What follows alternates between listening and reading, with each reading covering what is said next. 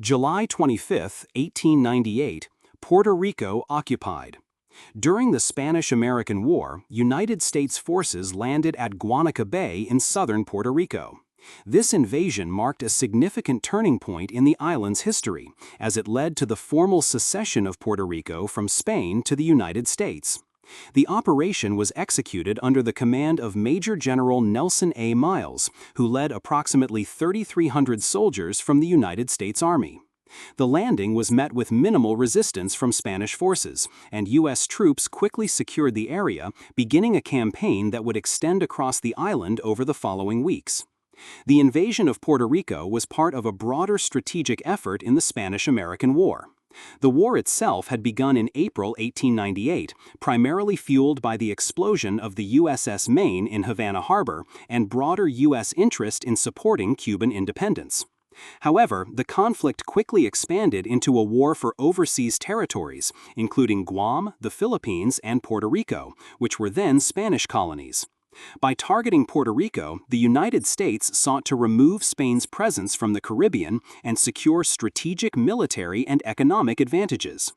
Puerto Rico had been under Spanish colonial rule since 1493, when Christopher Columbus claimed the island for Spain during his second voyage to the Americas. Over 4 centuries, Spain maintained control over the island, although political tensions, economic hardships, and calls for autonomy had been growing among the local population. In 1897, Spain granted Puerto Rico a degree of self-government through the Carta Autonómica, which allowed for a locally elected parliament. However, this period of autonomy was brief, as the American invasion the following year effectively ended the island's limited self-rule. Following the landing at Guanica, U.S. forces encountered sporadic resistance as they advanced across the island. Several skirmishes occurred, including battles at Yauco, Coamo, and Asamante. Spanish troops and local militia attempted to defend the territory, but they were outnumbered and poorly supplied compared to the American forces. By August, most of Puerto Rico was under U.S. military control. On August 12, 1898, an armistice was signed between the United States and Spain, effectively ending combat operations. The formal conclusion of the war came with the Treaty of Paris, signed on December 10, 1898.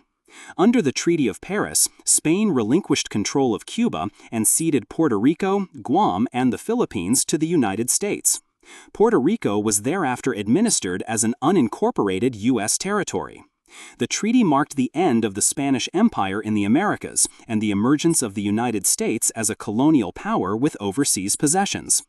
Puerto Rico's status as a U.S. territory would shape its political, social, and economic development for the next century and beyond. The American occupation introduced new administrative structures, replacing Spanish institutions with U.S.-style government, law, and education systems. English was imposed as a language of instruction in schools, though Spanish remained dominant in everyday use. Economically, the island's agriculture, particularly sugar production, was reoriented to serve U.S. markets, with American investors acquiring large tracts of land. These shifts had long-term implications for Puerto Rican society, contributing to patterns of migration, labor change, and political debate that persisted throughout the 20th century.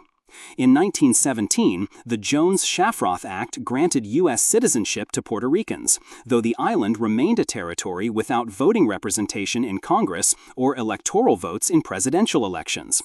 The invasion of 1898 remains a pivotal event in Puerto Rican history, marking the end of Spanish rule and the beginning of a complex and often contentious relationship with the United States.